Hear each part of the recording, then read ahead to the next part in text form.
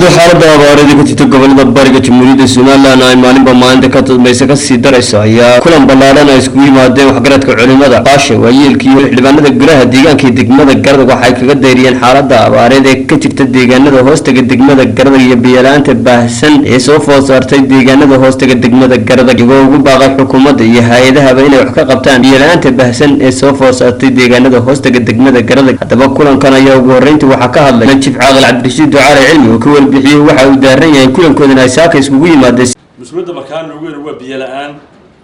كنت فاصل قرض برعاء مرون سوى قارسية بدين نقول دمية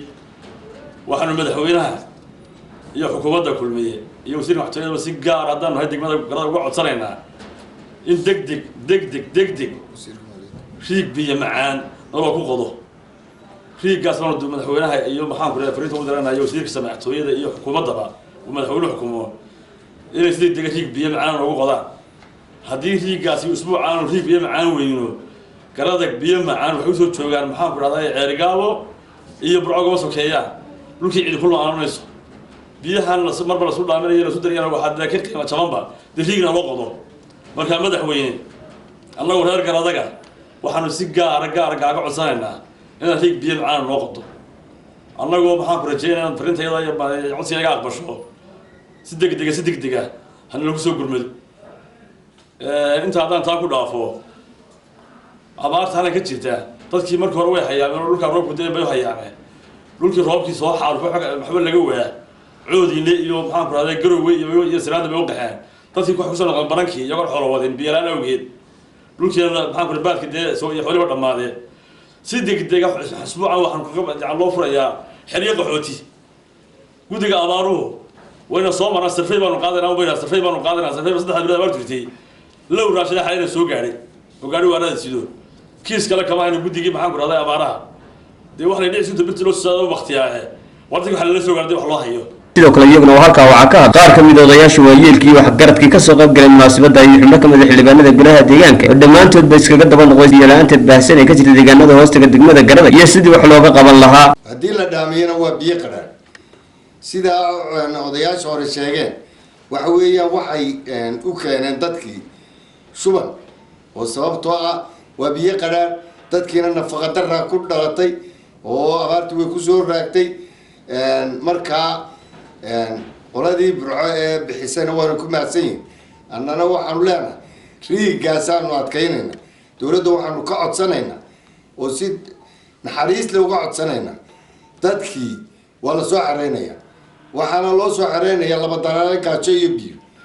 بيه in la soo gaaro oo riig si degdeg loo qodo ta kale waxa jirta dadkii tuulooyinka ku haray waxa jiray dadka ku hoos noolaa oo maalinkan maanta tuulooyinka iska maxay sataa waa laga guuray kuwa soo xirooday oo xooliba ka dhamaadeen kuwaasi hooy iyo meel ay u hoydaan iyo cunto midna ma haystaan sidaa darteed waxaan codsan مبدأ يقولنا وحويه مدحوينها جمهورية الصوماليلاند أحمد محمود سيرانيو إيو وسير هديسة قارهان وسير كمدحتوية ده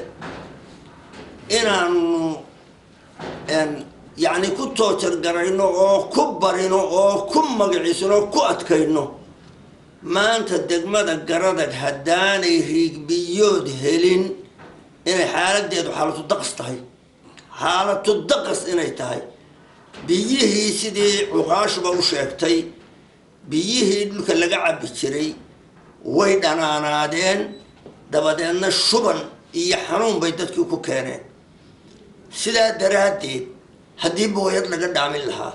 هدي ميل لوغو قرمان لها هدي بيه لك رادل لها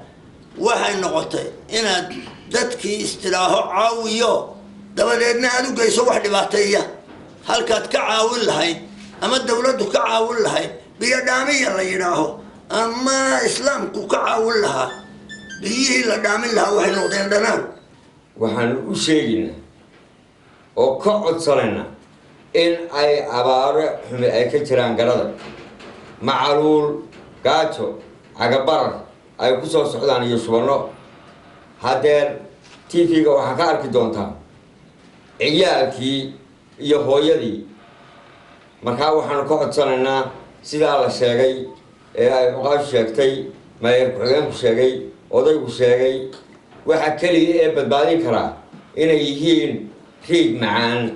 iyo biyo iyo nafaqo كنتي gabagabadina waxaa munaasabada soo afmeeray maayirka degmada Garada Mudane Faarax Aadan Ciise oo la sheegay yaraanta baahsan ee ka jirta deegaanada hoostaga degmada Garada isla markaana baaq u diray xukuumadda iyo hay'adaha u baaqay inay wax ka qabtaan biyo la'aanta baahsan ee soo food saartay deegaanada hoostaga degmada Garada hadaladiisina waxa kamid ah sida tan iyadoo aan aad uga mahad celinayno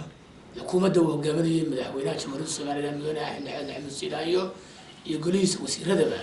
hawsha weyn ay qaranka u hayaan iyo arinta weyn ay sida weyn ay uga qayb qaateen mugale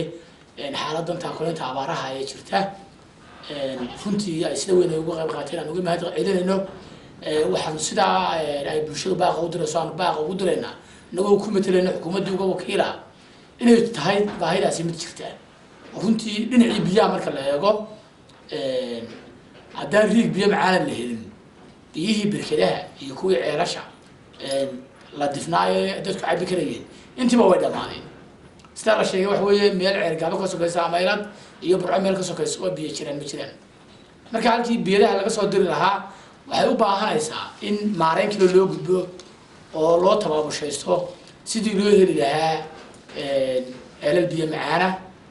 kuwaas oo runtii iyaguna u baahan tamar aad u badan marka wixii maanta kaleba hala dhigo hala isugu geeyo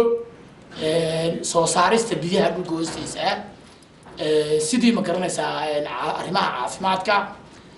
nafaqeynta hooyada iyo dhalaanka ma garanaysaa nafaqa darradu hayso iyo fadhi survey hala soo sameeyo hala soo baxo oo waxa weeye dhinacan barigan Soomaaliland marka la eego culays aad weyn baa saaran runtii warbixin in lagu koobo way ka badan tahay annagu muddo biliya dheeraada waxaanu maraynay deegaamada intaa wax baan ku soo warbixinaynay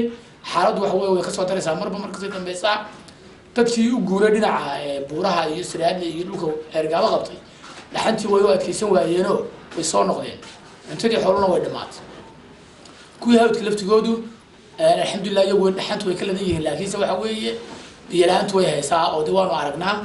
ama warkoodaanu haynaa dadkii laga tegay eriyadana iyo tuulooyinkuna sidii bay baahidoodu tahay